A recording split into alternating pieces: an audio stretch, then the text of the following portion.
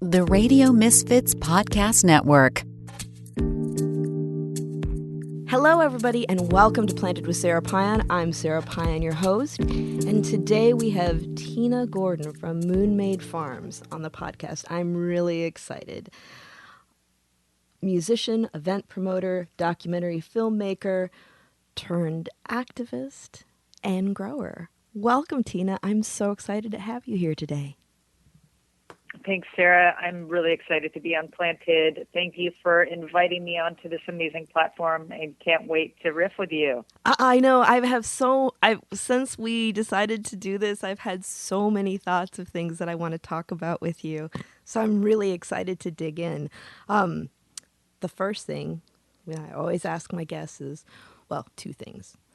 Your first cannabis experience, if you feel okay talking about it, and also, how did you get into your work in cannabis?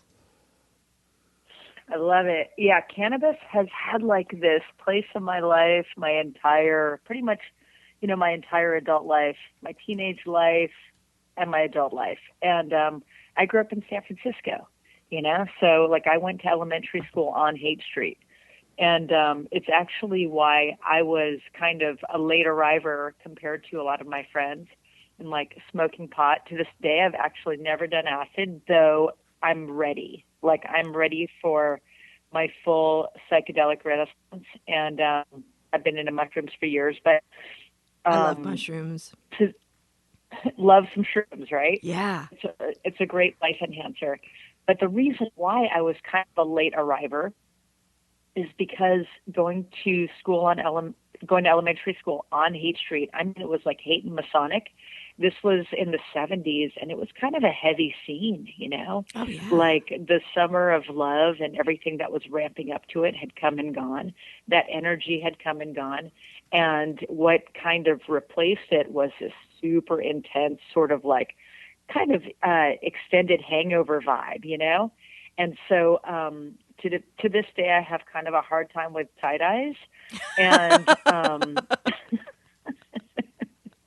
and I was really seeking clarity in my youth, Mm-hmm. And so it's funny because the first time I ever smoked pot, it was right above Haight Street at this little bus park on Cole Street, overlooking Cole Valley.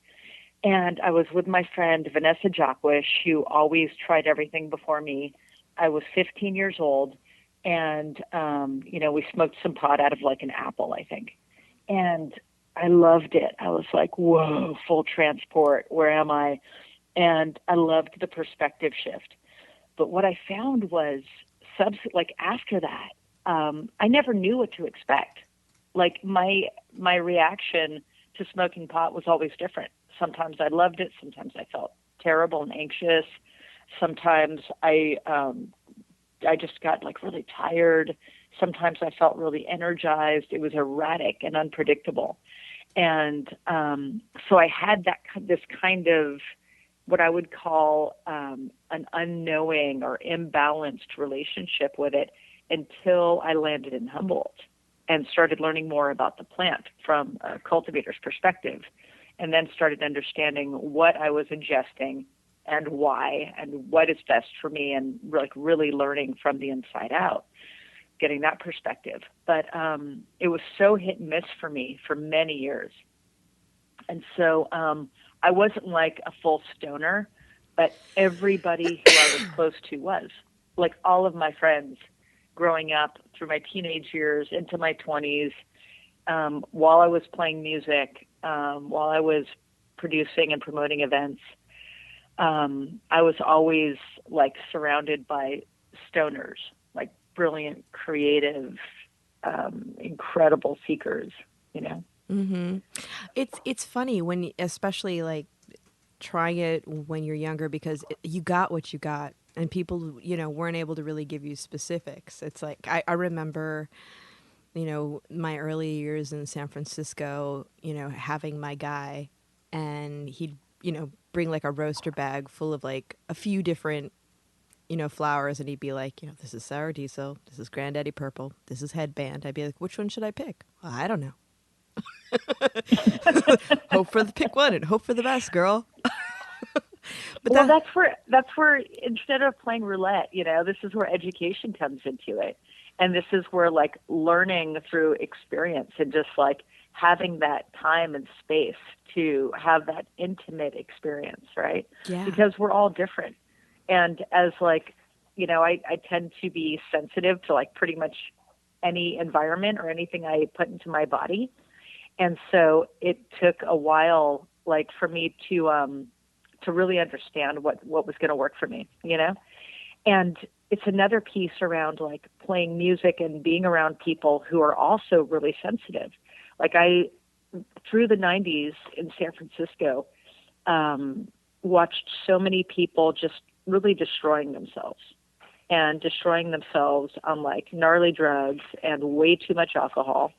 And so many of those friends now, and the ones that made it through and the ones that are healthy, are green and serene. Like they're like, oh yeah, I only like ingest pot now. Like they're off of all of the other drugs. They stopped drinking alcohol, and their quality of life has improved so much. And so that's part of the mission. That's part of the reason it's just like, I have a deep desire to help people and to help people improve the quality of their life and to just feel better. Ooh, you know what? We're breaking up really a little bit. Oh, Now okay. All good? Yeah. So start at what helping people that you wanted to. Yes. Yeah. I've had a deep desire, like lifelong desire, to help people. And I want to contribute to people being healthy and improving their quality of life and just feeling better. Yeah. Yeah. It's a huge thing. I think that, for a lot of us, that's what draws us into the work. I know for me, like, I got into it thinking that it was going to be just kind of a segue while I was going through grad school and promising my boss, I'll stay with you for 4 years, but then I'm going to move on. But then when you realize the impact that you have helping people and they're coming back and saying, I was going through this really difficult transition, whether it's mental or physical, and your help helped me help myself. It's like, that's a beautiful thing. And it's really fulfilling too. It's so beautiful, and it's just so purposeful. And I think that it's what could really help humanity right now. If we're all looking out for each other, I mean, it really gets down to the core definition of what regenerative is, right? Which is contributing more than you take. It's like, what do you have to give? What do you have to contribute? What are your unique gifts or talents or skill sets that you can share? And it's so interesting because having been in music for so long, music and art, like everybody that I knew was imbalanced in some way. And perhaps every human being is, we all have our tweaks, right? Right. And so for some people, that's like getting right to walk outside of your door in the morning. It means like engaging with other human beings. For some people, it means being able to be alone and being able to feel safe being alone. For other people, it means surviving a life-threatening illness. It's like it means something different for everyone. And but more than any other plant that I know of, plant medicine that I know of, medicine that I know of, anything that we ingest as humans, like cannabis, is so powerful. It's such an incredibly powerful giving plant, Yeah, it is. And the one thing that I really, well, there are many things that I like about it, but the one thing that I really like when I'm working with people and trying to figure out, how it works with their bodies is creating that opportunity to ground and really be aware of what's going on in our bodies. Because and I'll always say this in my classes, it's like this crazy world that we live in where we're bombarded by stimuli and just, the gravity of our own lives and making it through, especially like in the Bay Area, it can be a struggle for a lot of people. But we forget, we lose track of like what's going on in our bodies, and that everything we put in our bodies creates a reaction. And I use, exercises working with cannabis for people to like have a quiet moment and be able to be in touch with what reactions they're getting and what's going on in their bodies. And really, like, I've had some reflections with people about the fact that it can be a little scary to actually find the space and the quiet to do that for some reason. But once they're in the midst of it, it creates this grounding and calmness that, a lot of times we miss out on. Yeah, there's so much unlearning as opposed to learning going on, it feels like. Like there's such imprinting and programming that we absorb throughout our lifetimes. And I think that cannabis is one of the ways, it's like one of the pathways back inside. Yeah. And in terms of just like being grounded and getting grounded, like when I started really recognizing how powerful this plant is was the first time I grew it. And it was like I fell in love with this plant, and I had never fallen in love with a plant before. I mean, talk about being in a place where it's like, a stimulating place. Like I moved from Mission Street in San Francisco, where it's like constant stimulus, Yeah. It's like that part of the city doesn't sleep, right? Mm-mm. And it was a very like high energy lifestyle for a very long time, and very adrenaline rich. It was like 10 o'clock was the time to go out, like 2 a.m. is when things were just like really fighting, you're finding your groove at about 2 a.m. It was like watching the sunrise often, and Yeah. now I enjoy a sunrise after I've slept like that. Isn't it funny how that changes? Totally. But that tuning in, I mean, how do you know that you're so out of, like I felt so out of rhythm. I didn't know until I had a perspective shift that I was totally out of rhythm with the natural rhythms, the natural forces, right? And I didn't get that I was living in an environment with like extreme light pollution and sound pollution, and like the water has chlorine in it. I never sensed that the water had chlorine in it until after I was like bathing and drinking really fresh water. Yeah. Well, I was really aware of that when I moved here because I'm from the boonies. Being from Upper Peninsula, Michigan, when I got here, I was like, I love this, but my body is out of whack because I have all this stimulus and pollution that I've never come in contact with before in such great amounts. So my body and mind are totally wigging out, and now I'm used to it, which I don't know that that's a great thing, but it is what it is. Yeah, I mean, and it's like you kind of armor over time without even recognizing that you've got those built-in filters and armors until you are in another environment where you don't need them, where you can shed that, right?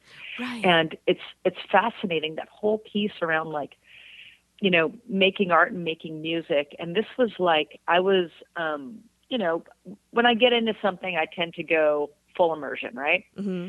And so with music and art, it was full lifestyle, like total commitment every single day. It was a full lifestyle. And what I didn't recognize was that so much of this was in reaction to the stimulus. And it was like it was contributing to that stimulus through more stimulus. Like the energy around making felt so important to express. And it was like, that's what I woke up thinking about. That's what I went to sleep thinking about. It was either like a riff in my head or like a drum beat or some lyrics or a drawing or an album cover concept, And then in the country, and my first year out here, when all of a sudden there's quiet and more quiet and space and a sense of calm, and the drama comes from nature. It's not coming from human creation. It's like this awareness then of of the natural forces and the natural cycles. And it was this incredible awakening where suddenly I wasn't possessed by these constant ideas of what I needed to create or express, but how to receive. Right. How did it occur to you to make that shift? Well, I have this dear friend, Valerie Agnew, and she was a drummer when I was a drummer. So she was in a band called 7 Year Bitch when I was in a band called Lost Goat, and our bands toured with each other. And they were from Seattle. They were on a kind of a different trajectory and sort of pulled us along. Mm-hmm. We were from San Francisco, lesser known. They were from Seattle during kind of like the grunge boom, and they had a fantastic audience, incredible support in the world, and they had reach, So they brought us to like Alaska, which was incredible. Or they would bring us up to Seattle, and we would play shows, playing the support slot for 7 Year Bitch. It was wonderful. So she ended up having this life transition where she went to a healing arts school called Heartwood. Oh, and Heartwood yeah. is just have you heard of Heartwood? I've heard of Heartwood, but tell our listeners about it. So Heartwood, which is currently the Heartwood Mountain Sanctuary, is in the heart of the Emerald Triangle. It's in southeast Humboldt County, and that's where Moon Maid Farms is. So we're really close to Heartwood. And this was an incredible healing arts school for decades. And it was a place where, say, massage therapists or people studying Chinese medicine could go and learn and become certified and go out into the world and start a practice. And so it was really a trailblazer of a school. It was like an early arriver in the healing arts, kind of the healing arts world in this country, right? Mm-hmm. And so then, like, American culture caught up, and you could eventually, it was like kind of outdated because you could go to any major city and a lot of towns and get a certificate to practice massage or any of these different modalities, right? Mm-hmm. And so Heartwood went through a transition, but Valerie caught Heartwood at a time when she could get an education there, and she got a fantastic education there, and she got to know the culture, and she lived out here for a year. And during that time, and it was in the late 90s, and I was horrified. I was like, "You're moving where? And you're not playing drums anymore? What's wrong with you? Are you okay?" I thought she'd lost her mind. I was like, "Oh no." And then she would tell me about like all the hippie stuff happening and how dark it was, like how quiet it was. And I was like, "Oh, it sounds awful," And I never visited her. I couldn't get myself out of the city other than to go on tour. And even on tour, my bandmates would want to go on a hike, and I'd be like, "No way, let's go to the record store." Like, what hike? Why? What does that even mean? I just couldn't slow down enough to understand. Anyway, so I was going through some transitions in my life. This was in 2006. Valerie Agnew invites me up to visit some old friends of hers from her Heartwood days. And I meet an incredible woman named Joni Hannon, who was a jazz drummer and the first older female drummer I'd ever met in my life. Like the mentor I'd been searching for my whole adult life. Wow. And I met her and I said, "Someone's got to make a documentary about this incredible woman." And I was working for Current TV at the time, doing production. And so I decided to make a documentary about Joni. And that's how I started spending time in Southern Humboldt. And so I wasn't drawn by cannabis. I was drawn by this jazz drummer. That's cool. And that's when I started getting to know where I was. And then what happened was I ended up like going deep in this place. I ended up in a relationship with a neighbor for a while. I ended up transitioning up here, finishing the documentary, starting to get involved in cultivation. And that's when the switch flipped for me. Yeah, I can see where that would be. There's something about, I remember the first time that I went and into a live grow, and how it affected me, the energy that was coming from it, and at the risk of sounding hippy dippy, um, but really being And when you awe. say live grow, do you mean outside? Yeah, outside. Cool. Outside. I had been in like a grow room before, and that was very interesting, but I really felt bad for the plants. I was like, oh, these bright Holy shit, lights. yeah. Every time I've walked into an indoor grow, like I'm first struck by the tech, and I'm like, congratulations on being like on this laboratory that you've Mm-hmm. created. It's impressive. And then I immediately go into empathizing for these plants who are on life support. Yeah. It's like going to a hospital and visiting someone in ICU. That's how I feel every time I step into an indoor facility. That's, I can totally see that. I can totally see where that would be.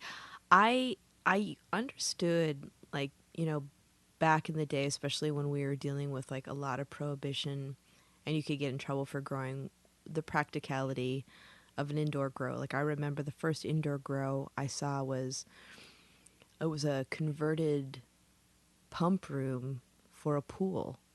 I mean, they still had the pool out there. They still had the Mm. pump room, but they had like an additional room off to the side. And going in there and being like, wow, this is fascinating. And it's really muggy in here. And, but it was really like, I think that's one of the things that I don't understand is we're starting to get into this era of legalization, why we're not having more conversations about there's nothing like the sun. Like, there was somebody who I was talking to a couple years ago that was like, oh, I've got these full spectrum LED lights. And I just started laughing. I was like, yeah, full spectrum, huh? That's really awesome. And then what about the night cycle? Yeah. Right? What about the subtleties, like the nightly shift in light? Every single night, it's slightly different. Like all of the subtleties. And that's the piece, like, I totally understand why people had to go inside and were forced inside. And incredible, like, I think there's been incredible research and incredible progress as a result.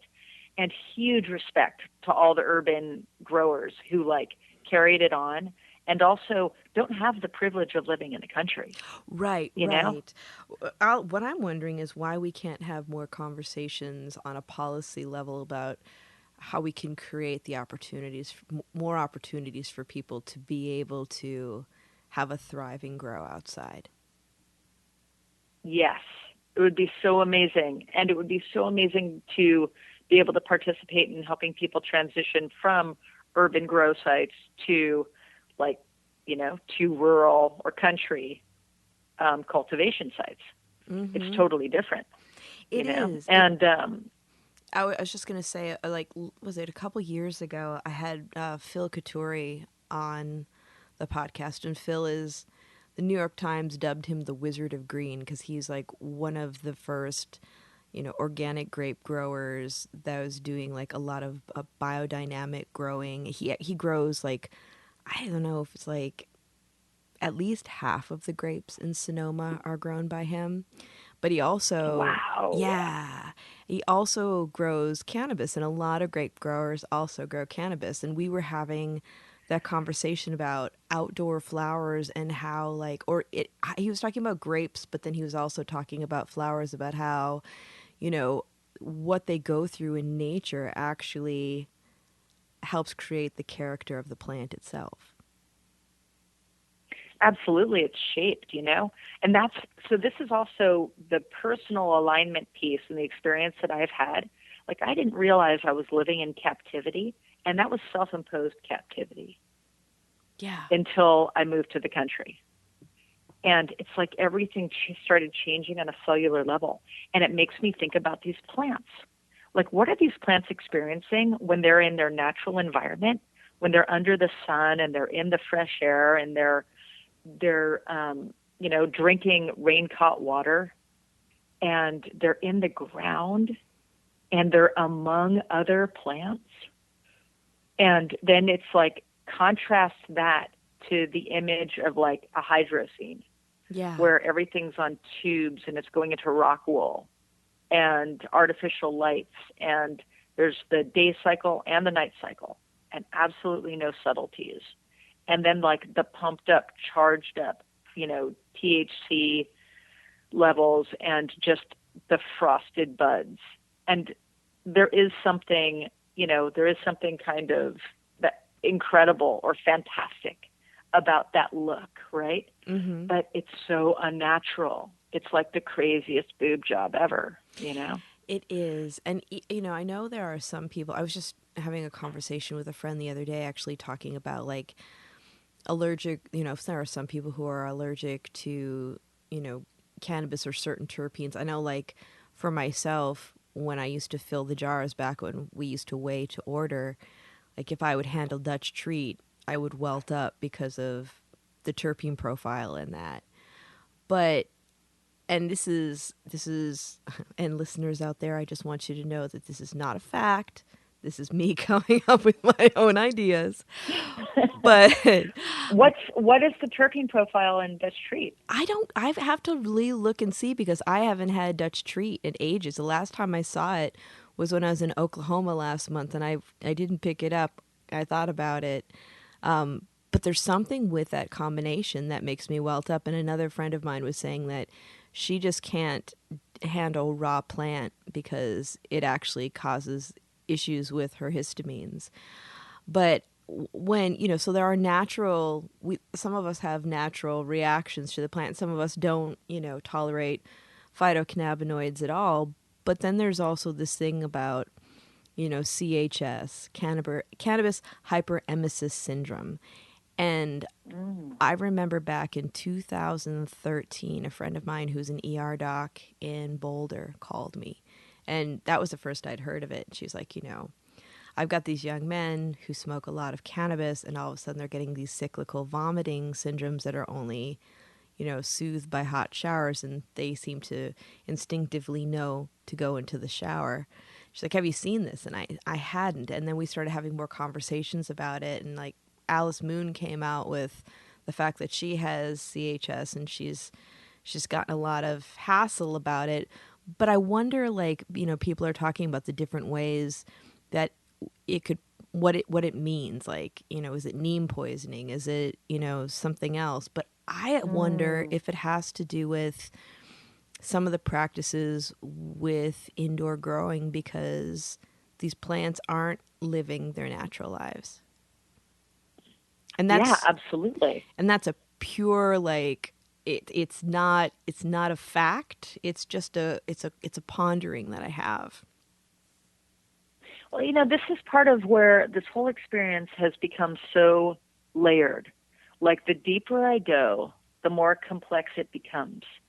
And it started off with a sense of wonder, and a sense of wonder about the natural world, and growing a plant from seed through full expression, and seeing like how massive these plants become was incredible. It just really like brought on the sense of wonder. Like, how can that happen in 6 months? They're like trees. The base of the stalk would be like as thick as my neck. And I started this from seed, and it just blew my mind, right? Yeah. And then it was like going into, like, imagine for a second all of the buds covering a plant, and how many experiences people have from that one plant. Like, every bud, every experience that goes along with every bud. And that started blowing my mind. And then it was like, what's happening in this land? What's happening as a result of cultivating this plant? And the heightened awareness to what is around this plant. And then that started becoming interesting. And I started getting interested in the whole idea of terroir, right? And a place and source, and what does that mean? And how unique is every place? And so that's part of the piece as well. So regardless of the expression, when something's grown outside, wherever that is, right, it's going to take on slightly different characteristics. When you have something inside, and there is consistency to this, but what does that consistency mean? What is it a reflection of? And so, if you compare like being outside in the natural world and the 2021 season and everything that happens, and flower from that is going to be a reflection of that entire season from that specific place. Right? As opposed to something that was basically kind of laboratory grown, sort of artificially grown in an indoor environment. And it may be exactly the same, that 2021 flower, as the expression rendered in 2020 and 2019 and 2018. But it's not going to have any of the unique characteristics that come from a certain place during a certain time. Yeah. And I think that's what makes the flower living. And that's the translation of life that this plant is capable of. And that's what's so that's where it starts getting really interesting to me and so important to me, especially around the regenerative conversation and how that kind of ties into place and terroir, is it somehow it enhances the meaning in such a way where it's like, not only is it about what we put in our bodies in the way that like the natural foods or organic foods conversation is really relevant, but this is shifting our consciousness. Like, this is an experience that is shifting consciousness. It's changing perspective, and it's really there's, I think, a responsibility that goes along with this. And so, whereas I feel really strongly about, well, how do people eat, and how do people get nutrition in this day and age, right? Because it's actually challenged to just find nutritious food. What about nutritious flower? What about cannabis that's going to like feed your head in the best possible way and feed your body, your mind, your soul, all of it? It's like it's that much more important, I think. Yeah, I agree. And I think really having the ideal setting to be able to, for these plants to grow and to really be able to get that full spectrum of the sun, and with like growing practices, having diversification with the plants that are growing around them is so very, very important. Like I know the thing that's on everybody's lips these days is, THC percentages aren't everything. And part of me is like, yeah, a lot of us have been talking about that for a long time. Like, I remember having like J27 back in the day, and it was, the percentage was in the 20s, but it was a very functional flower that a lot of my patients at the time used for pain management. And on the other hand, I've had flowers that are like 13% THC that have had a really interesting terpene profile that feel much stronger than that 25% THC flower. And like having the conversation, educating people that there's just, we've clung to certain ideas around cannabis for so long that no longer serve us. And one of the things I love about our work is that we're constantly learning. We're constantly being proved wrong. Like when somebody says, introduces me as a cannabis expert, I'm like, there are no experts. And anyone who tells you that they're an expert, you need to be really worried, because that means that they've stopped learning. Right? Yeah. I mean, this is the piece around cannabis being a teacher also. Yeah. Like, this is all really new and in its current iteration. And so, cannabis, in the way that humans have had a relationship to this plant for thousands and thousands of years in cultures all over the world. But what we're seeing right now in cannabis and cannabis extract, it's a totally different thing, Yeah. And just in the profiles, in the cannabinoid profiles and in the terpene profiles, and what's happened as a result of this plant going inside during Prohibition and then coming back outside, we're seeing totally different expressions, right? Yep. And so there's like beautiful conversations right now happening around like in different parts of the world. Like, where did all these landrace genetics come from? One of the things that I'm really interested in is what happens when these genetics go back home. Ooh, I never thought about that. Isn't that going to be cool? Because they've been kind of, they came to the Emerald Triangle and other places in California and other places in the country, but there's been such a concentration in the Emerald Triangle, and then these genetics are, are cross-pollinated with other genetics, and there's experimentation, so much experimentation over the last like 3 decades. And so then you get these hybrids, and then you bring these hybrids back to wherever they're from, or their lineage is from, and how are they going to express there? I wonder when more of that is going to start happening, because I'll be really curious. I remember when I used to work behind the bar, I had somebody who used to come in who was from Durban. She was from South Africa, and every time we had Durban poison on the menu, she would always be like, "Can I just take a whiff of the jar?" And I'd open it up for her, and she'd be like, "That smells like home." Oh, that's beautiful. And I was like, "Really?"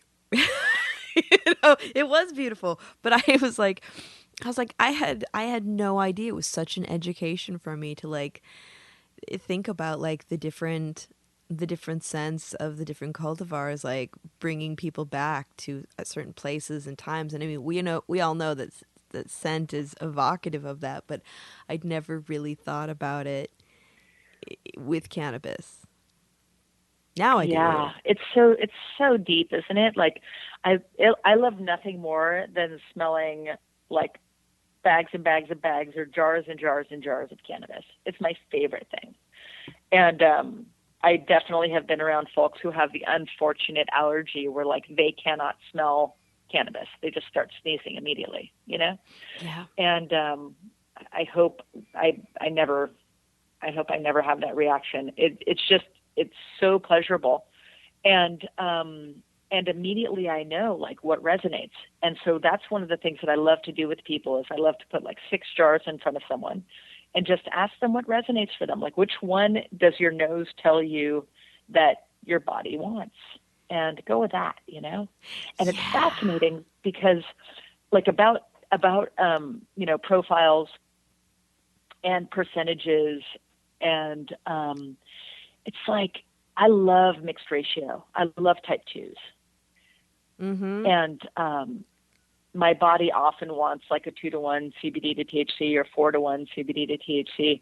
And I've found with groups of people, if I don't tell them something is mixed ratio and I don't tell them something is high THC or on the flip side, really high CBD, they will choose themselves. Yeah. You know? People, if they go, their bodies know. Yeah, you're so right.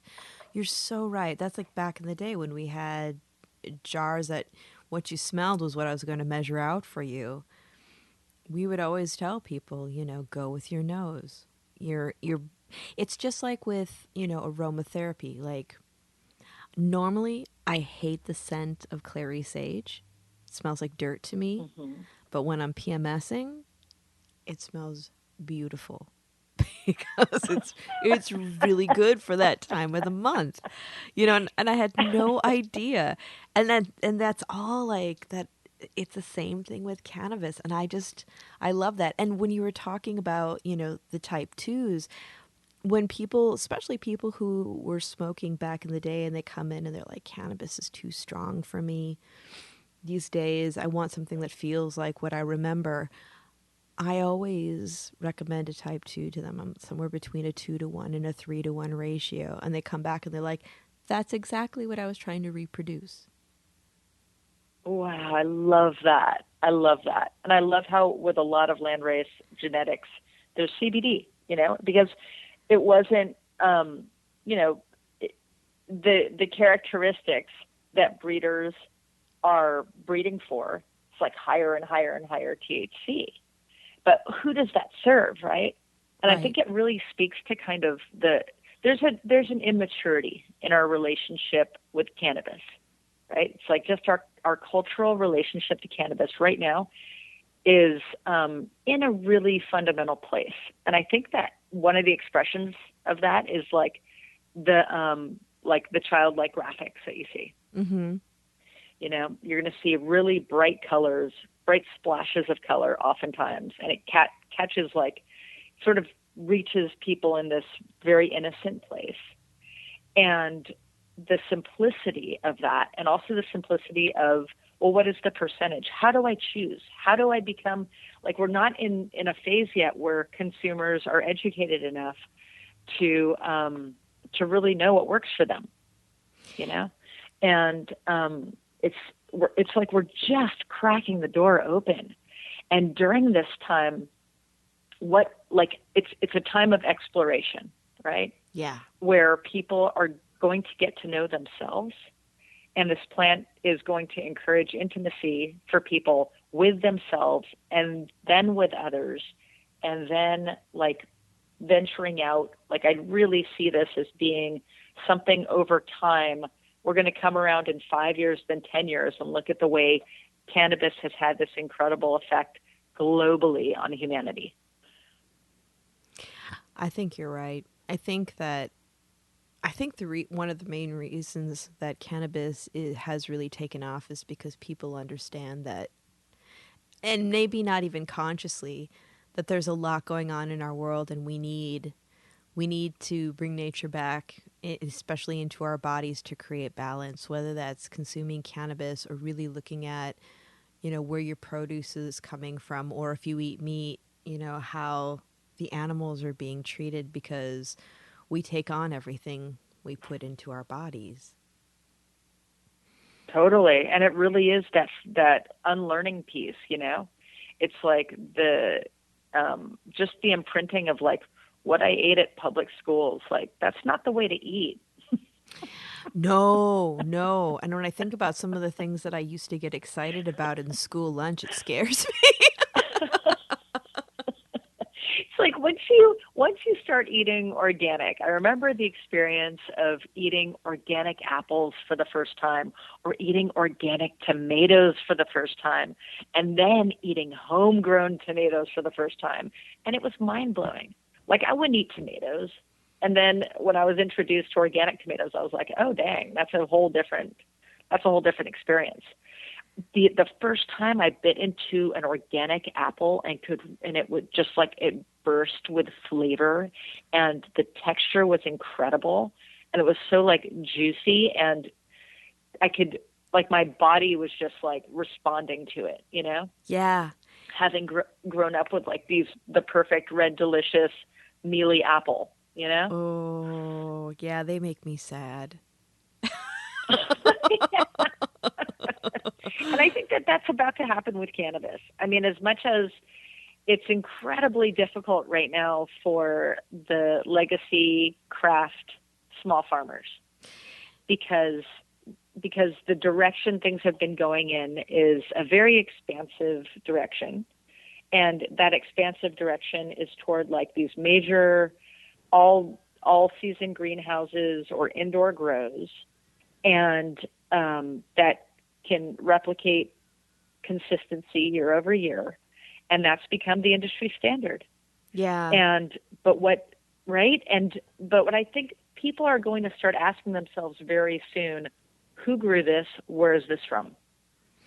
I hope so. I really hope so, because that's, I think, one of the biggest disconnects. Like, when I used to, be behind the bar and people would be upset that their favorite flower wasn't in, I'd kind of lean in and I'd be like, it's a plant, right? It's not being manufactured by machinery in a factory. It has a growth cycle. So yeah, it might be a month or two before you get in the flower that you want. But there's such a disconnect between seeing, like, even when it was in jars and we measured it out, there was a disconnect because it was a dried flower in a jar. Now it's packaged dried flower, and edibles, and people are I think now that we're getting more aficionados and more people that are it's almost enougholistic the way people are being attracted to different types of flowers and stuff, that they're starting to understand where it's coming from. And the beautiful thing is that we can talk about the farmers now. Like back in the day, you couldn't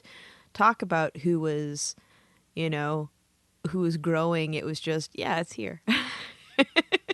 Totally. We were, It's, what were you and going do to you say? think it's going to be that same experience as like the first organic apple experience, where when somebody is used to like their go-to indoor, indoor ice cream cake, for instance, or indoor, whatever variation on Girl Scout cookies it is. And then they try something that was sun grown. Yeah. And they try something that was regeneratively grown, and it's, what experience are they going to have? And like at this point in my life, I will never pick up a Red Delicious apple that is like that is a generic apple. I would never do that. I will never put that in my body again, and I think that that shift for people is really profound. And then to grow into and adapt from there and start really getting into, once again, the subtleties. It's getting away from the binary, I think, and going into self-learning, self-trust, and intuitive knowledge. Like when people start tapping into trusting their intuition more than they trust a marketing campaign, we're going to see the world change. Yeah. Yeah, I agree. It's really important that we have more conversations and action, because conversation is great, but without action, it's just words. But how to be able to support independent farmers that are creating these beautiful artisan products. I mean, it's like when we first were into legalization, I felt like we were stuck in the land of mids. And it was really sad, because I was used to seeing, these, like we had somebody who used to, she used to grow this flower called Cali Widow. It was a Cali Orange White Widow cross. And she grew it for her asthma, and she always had extra. So, back in the day, you could sell that to a dispensary, pre-64. And so we would have people who would be waiting once a month for when she did her job, because she only brought in like a pound, because it was just the overage from what she couldn't use for that month. And people would come in for it because they would use it for their asthma, or they said it was great for their migraines, since it, a lot of the White Widow and White Widow crosses can be vasobronchodilators.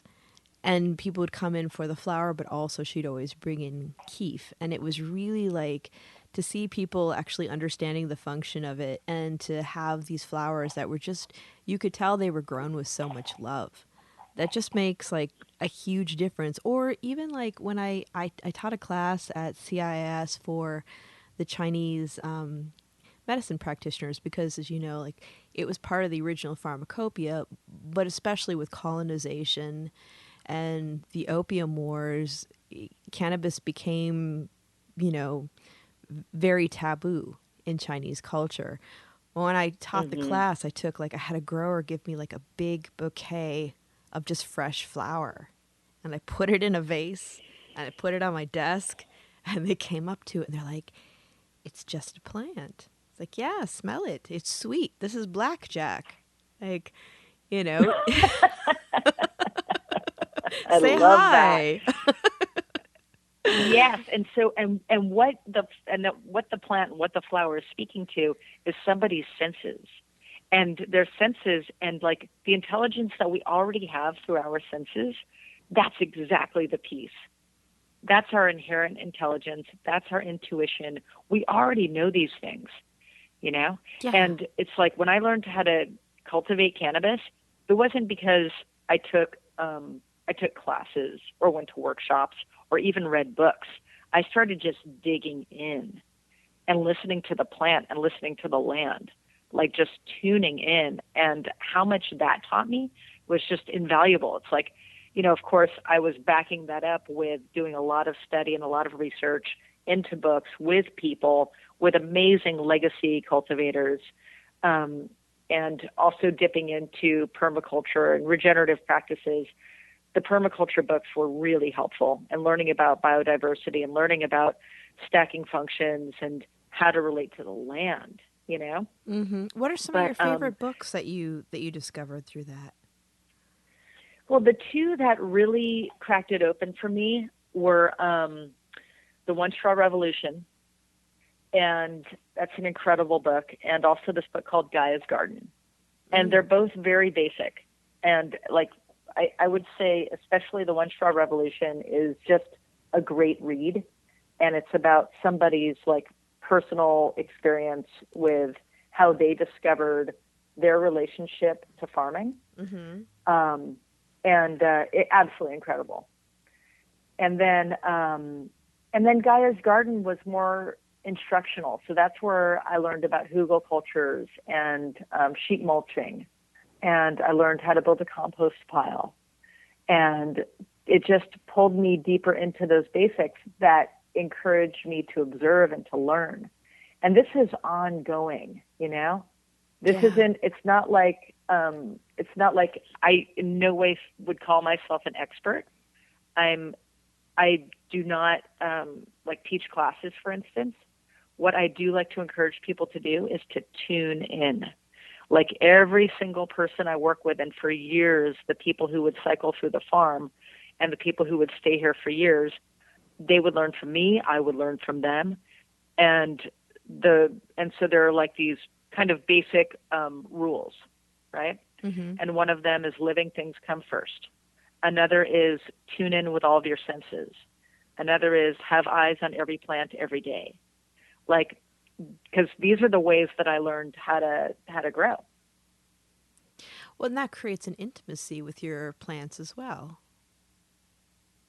Absolutely. It's, when I think about the farmers that I most look up to, and I've had the incredible opportunity to engage with these different regenerative groups, like the DemPure community is incredible. I've learned so much from this group of people. And the Sun and Earth community, amazing. And these are both like certification bodies in different ways. One of them is peer-to-peer, another is third-party certification.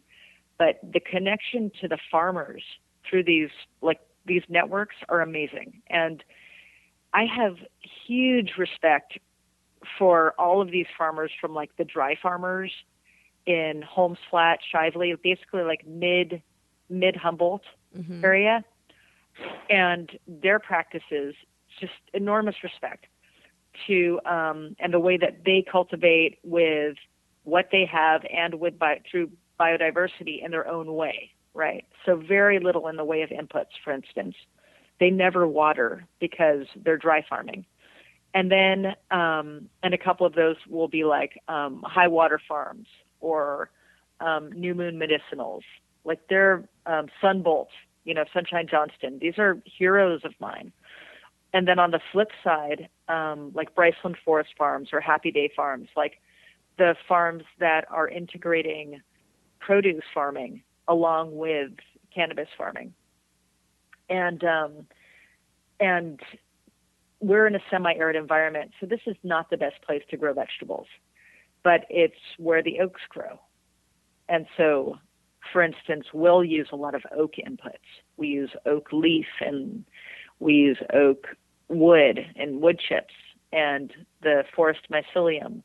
And we use oak in a lot of different ways, just for, in compost building and soil building, for mulch. And the ways that all of these different farms do it, it's all individual. And so getting a bunch of farmers together who are in different environments and sharing their stories and sharing their techniques and how they approach cultivating this plant in their own way, it's just been the most incredible experience.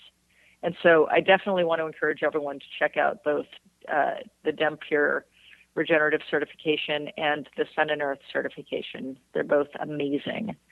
And all of these farms are in ideal situations to, in California, to really move forward the whole idea of like, what is an appellation of origin program going to look like?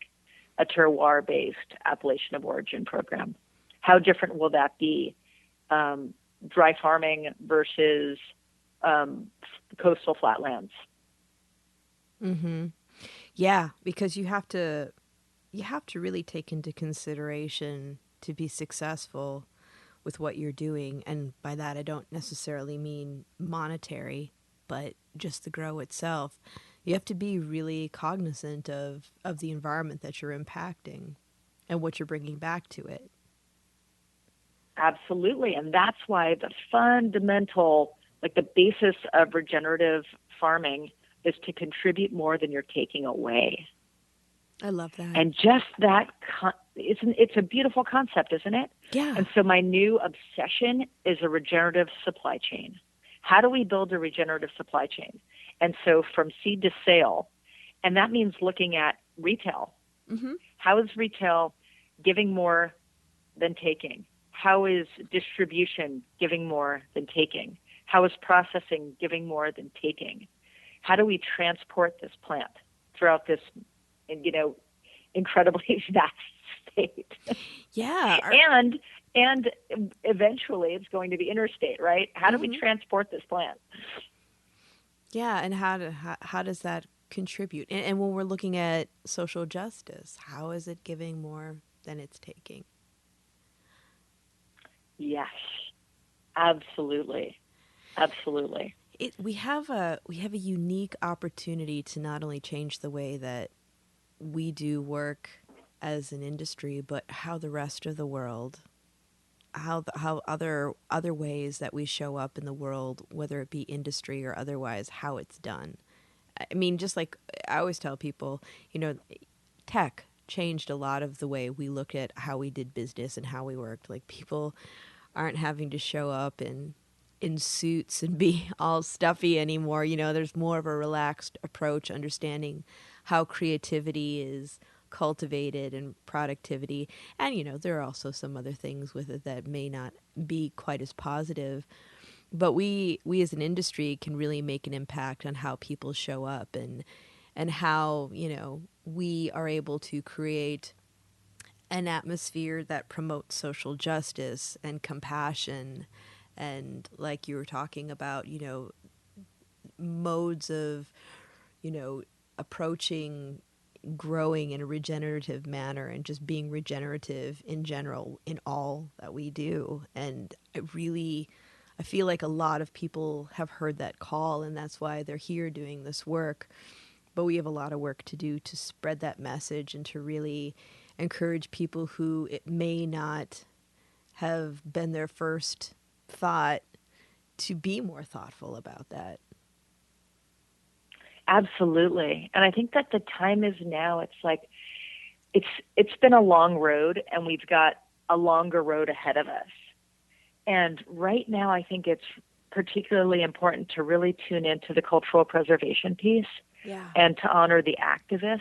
Yep. And the people who are coming out of medical, the people who built medical, and also the heritage cultivators, because this is it's the knowledge and heritage and lineage trust that I think is going to inform this moving forward in such a way that's going to serve just like the whole pathway forward, like the trajectory forward. Yeah. And it really is the heart and soul. And so that's something that I feel so strongly about, is that this plant be like, there's stewardship around this plant through a regenerative supply chain, so that patients and consumers understand what they're getting and why that's important. It's just, this isn't like a soulless commodity, No, it's not. And I mean, even though, you say that, you're not an expert, the work that you've done with your flowers speaks volumes on its own. The fact that you are a sought out grower and your flowers. I'm not I'm not gonna pull them out of nature, but your flowers, are you work with a lot of companies that share a lot of the same values you do. And I'm always really happy when I see something and I see that it's been made with flowers from your farm, because I know that it's going to be a beautiful experience. And Oh yeah. because it's there's just so much heart in it, and that just makes me so happy. And it was a couple years ago. When was it? 2019, when I went to Emerald Cup, and I just missed you at your booth. And I was so bummed because I really wanted to talk to you. But I talked to these two lovely women that were working with you at the booth. And it was really nice because and they brought out some different things for me to check out. And I was like, oh, this is exactly what I expected. I love it. I love it. Yes. I mean, yeah, and can't wait to do that again. Can't wait to get back into some events and a mix of people. And the collaborations are just so rich and so important. Like we can't do it all ourselves, Right. And so finding our network of like our family of brands feels so important right now. Working with like Chemistry and Cosmic View or Aura or Brother David's or Dolo, or I mean the list goes on. It's like there's Drew Martin is another new collaboration. I love those guys. They're wonderful. They're wonderful. They're doing great work. There's so many people just doing incredible work, and I love doing these products, these co-brand products. Doc Green's, we just did a collaboration with them, and it's just a phenomenal product. Did you do a collaboration with Rose Los Angeles too? No, not yet. I think that's like we're on each other's radar. Yeah, because I know like our friends at Cosmic View introduced me to Nathan, and the stuff that he's doing is just, I just find his stuff to be magical as well. I just get so excited when I see people that are like, I'm like, I may not know you, but you're part of my tribe. Totally. It's cosmic. It's like there's resonance. Yeah. It's like when I was before I was in bands, when I really wanted to play music, and I went to UC Santa Cruz, and I would just see people who, for some reason, I was just attracted to them, and they all ended up becoming my bandmates, friends, or friends in other bands, and we all ended up knowing each other. Yeah. And I feel the same way about this. It's like the small farms and the brands, like we're all finding each other. Mm-hmm. And the certifications, and it's beautiful to have the opportunity to have that experience all over again. And having a brand feels kind of like having a band. Yeah, I can see where that would fun. be. Yeah. I get to have swag again. I get to have T-shirts and bandanas, and you definitely have groupies.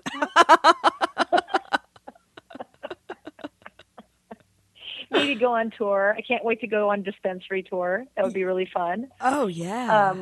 So it's like it's a bit of a personal renaissance, I've got to say. But all the co-branding partners are making this so much fun, and I'm in awe of what they do. Like they're amazingly talented, And actually, my sister is a confectioner, Valerie Confections in Los Angeles, and she's amazing and talented, and I'm so proud of her. And I've been trying to get her to do an edible with me for years, and she's on her path, and she's doing her thing, and she's incredibly committed and busy and raising a family. And one day I hope to do that. One day. Yeah, you can always let her know, about Nathan's collaborations with all these amazing chefs around the world, and be like, that could be you with me. Let's do it. Maybe we should get on a call with her. I Sarah. think Maybe. so. We'll be like, Yeah, or I think that.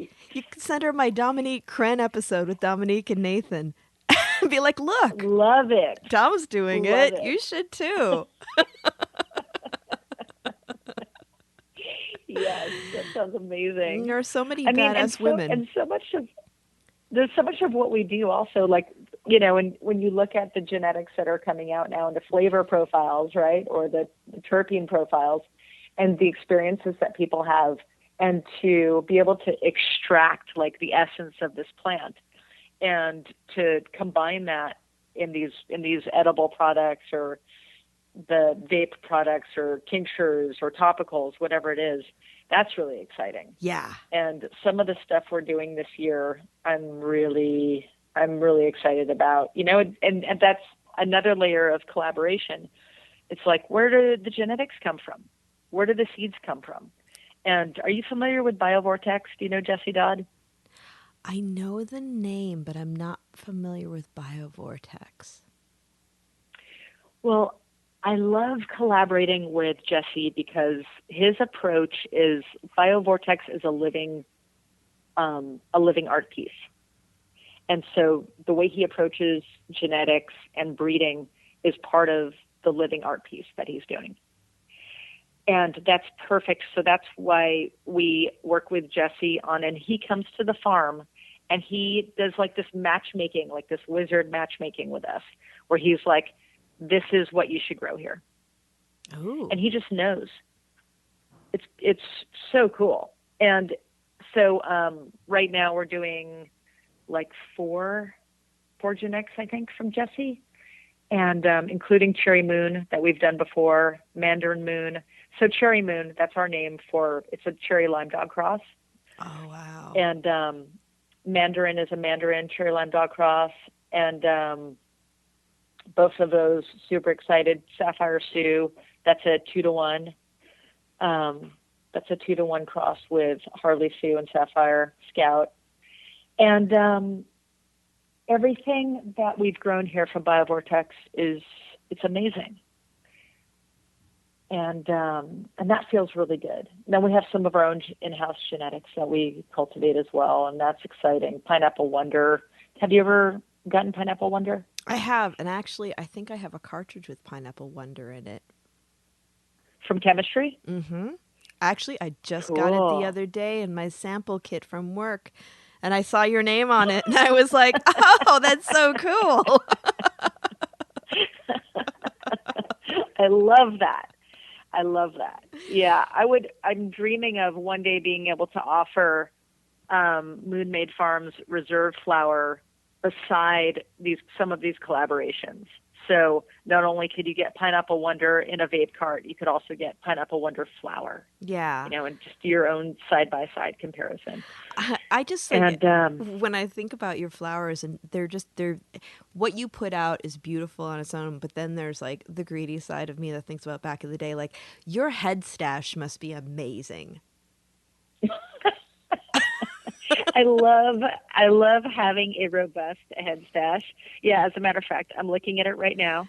And whenever we have safety meetings with our crew, you know, we open up the bar, and everyone gets to, you know, roll their own and do and compare different genetics.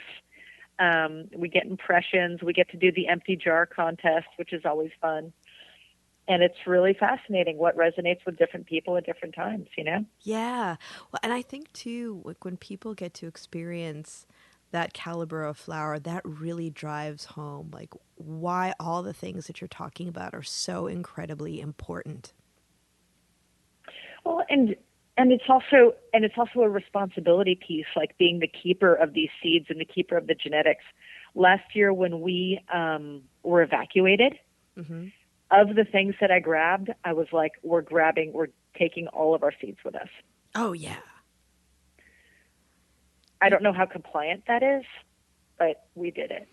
Well, it's like you have to. I mean, when you think about like even just like in the greater seed bank, you know, range of things in the world, like, you know, we're it's really important to be able to preserve and store all the seeds, like not just cannabis, but like all of the amazing. Wasn't there like a thing with one of the big seed banks that was, it was either like, it was in one of the poles, and with like the melting of the ice caps, like they were wondering about, I think there was actually an accident where they lost some of those seeds because of it. Like we have to preserve our seed culture and to be able to have these available for other generations, because the frankenseeds that we deal with on a regular basis, like your red deliciouses and your iceberg lettuce, those are not sustainable, life-giving produce. Oh yeah, I mean, one of my heroes in that way, Vandana Shiva, is an incredible like seed steward. She's an activist in India who started a seed bank, and I think seed banking is where it is at. Yeah. And this is yet another reason why I love working with Jesse at BioVortex, is because he's so passionate about it, Mm-hmm. And also the art angle is just like that, to me, really speaks to the passion. Like, to a living art project is like, that's the most intimate translation of your personal expression there is Yeah. like what you're willing to put out in the world as art, Yeah. And it seems like in many ways that kind of comes full circle for you too, right? Oh yeah. This is, when you were sharing earlier that like 14 years ago, you would have never guessed you were doing what you're doing right now. Mm-hmm. Like, this is the last place I would have imagined myself, and the last thing I imagined myself doing. Like, I had no interest in moving to the country and growing weed. I would have not have put it on the top 5 on my list. Do you know? Yeah. It was not in any of the visioning exercises I did. Like, I was supposed to be living a very different life. And I feel so fortunate, because it really does feel like being chosen, It's like I came here and I just knew, and it was life-changing, and it completely reorganized my priorities. And so now, instead of feeling like I need to, make music and art and contribute in that way, now I feel like I need to contribute to the land, and I need to share the story of why this is so important with others. And the awareness of just the fact that we're living on a living planet, I didn't understand that. I didn't get, even people could have told me that in 100 different ways, and I would not have gotten it. Like, if the redwoods in Santa Cruz could not awaken me to the natural world, like, I was a lost cause, and it was cannabis that did it. And so one of the things that I think is so important is for everybody to have that experience of like growing a cannabis plant. Yeah. Grow a pot plant, whether it's in your house or your backyard or a windowsill or wherever. This plant is incredibly sensitive and responsive. It's an amazing experience. And that was the shift. Like, and to have the privilege of stumbling upon this is amazing. And that's why I feel like I have to, as hard as it is right now, to navigate this transition. It's an undeniable responsibility. Like, I am supposed to pay forward. I'm supposed to pay back, and I'm supposed to pay forward, and I'm supposed to do this for Joni, who was here, Joni and Marion, who were here before me. And so, by the way, Moonmade Farms, that is on Joni's land. That's beautiful. So the woman who I made the documentary about, right? Mm-hmm. That's the house where I now live. Like, I met Joni at her house, which is now my house. That's amazing. That's amazing. It's a trip.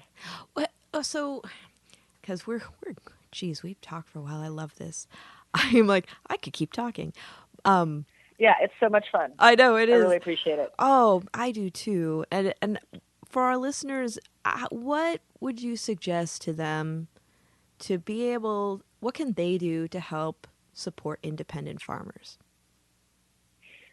I think anyone listening, if you walk into a dispensary, ask for flower, ask for sun-grown, first of all, sun-grown flower, and ask for farm reserves from the farmer, from the farm. Who grew this? How did they grow it? Where are they? And get to know your farmers, because that's how you're going to find the flower that really works for you. And tune into whichever farm that is or group of farms that is.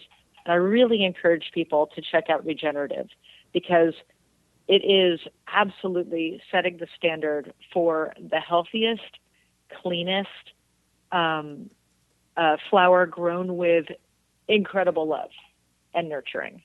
Like, these are people that really care and who have been doing this for a long time. And so this is not, a plug and play. This is life devotion, dedication. It's pure commitment and love. And I think that everyone deserves to have that. Yeah. Yeah. And how can they follow you on social media?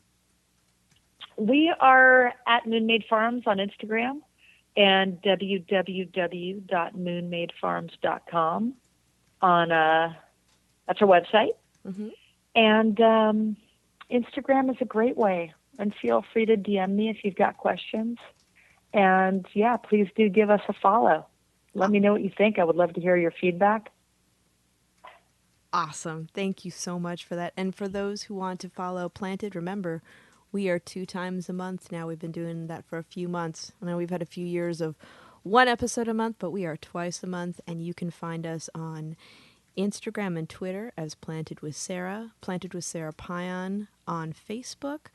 Our website is www.plantedwithsara.com. You can also listen to us on our parent network, Radio Misfits Network, where there's a lot of other amazing podcasts. I actually was just on Getting Well in America with my friend John, so check that out.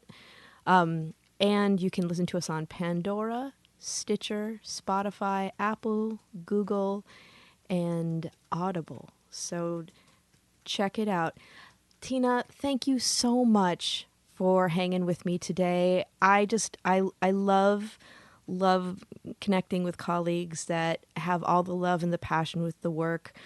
I know I do, and I love to be able to just share ideas and learn from each other, and I welcome you back anytime. Sara, thank you so much. I've loved being here, and thank you for doing the good work. Thanks. Thank you for back at you. Giving all these people a platform and, a way to reach your audience. It's a pleasure. It's a privilege. Thank you so much. Oh, absolutely. It takes all of us to create, a healthy movement and industry, and to be able to support and honor the people who have made it possible for you and I to be here today.